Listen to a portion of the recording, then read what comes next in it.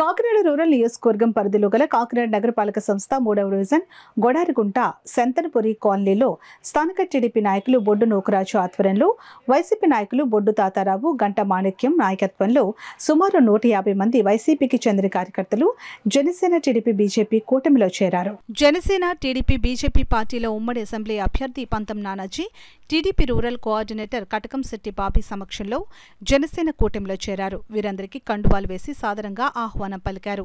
అనంతరం టీడీపీ రాష్ట్ర అధ్యక్షులు కింజరు పచ్చయ్యనాయుడు పుట్టినరోజు సందర్భంగా తెలుగుదేశం నాయకులు కటకంశెట్టి బాబీ ఏర్పాటు చేసిన కేకును కట్ చేసి జనసేన టీడీపీ బీజేపీ అసెంబ్లీ అభ్యర్థి పంతం నానాజీ అందరికీ అందించారు.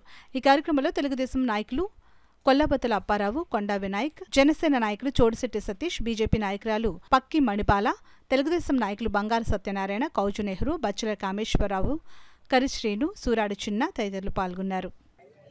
ఓటు చేయలేమని ఎందుకన్నారంటే ఇక్కడ వ్యవస్థ ఫెయిల్ అయింది. వ్యవస్థ ప్రజలు హింసిస్తుంది. రకరకాల కేసులు పెడతా ఉన్నారు. మనుషుల మీద మానవత్వం పోయింది. ఆస్తులు లాక్కుంటున్నారు. ఎవరి పని వాళ్ళు చేసుకునేవట్లేదు. రోడ్డు పక్కన అట్టుపళ్ళు అమ్ముకునే వాళ్ళ దగ్గర నుంచి రాజకీయం పెద్ద కన్స్ట్రక్షన్ కంపెనీ దాకా కూడా వీళ్ళంటే భయపెడతా ఉన్నారు. ఆ స్థాయికి ఈవేళ ఎట్టి పరిస్థితుల్లోని ఇక్కడ జగన్మోహన్ రెడ్డిని ఇంటికి పంపాలా, తర్వాత అక్కడి నుంచి ఇంటి దగ్గర నుంచి జైలుకి పంపాలని ఒక కంకణం కట్టుకున్న తర్వాత ఈవేళ ఇంటిగా జైలుకే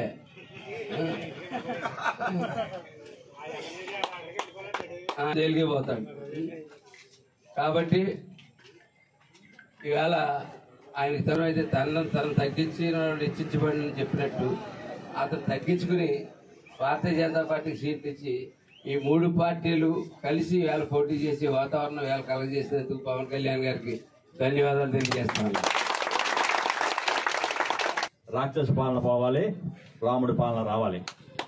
చంద్రబాబు నాయుడు గారిని సీఎం చేయడమే మన ధ్యేయంగా ముందుకు వెళ్ళాలి.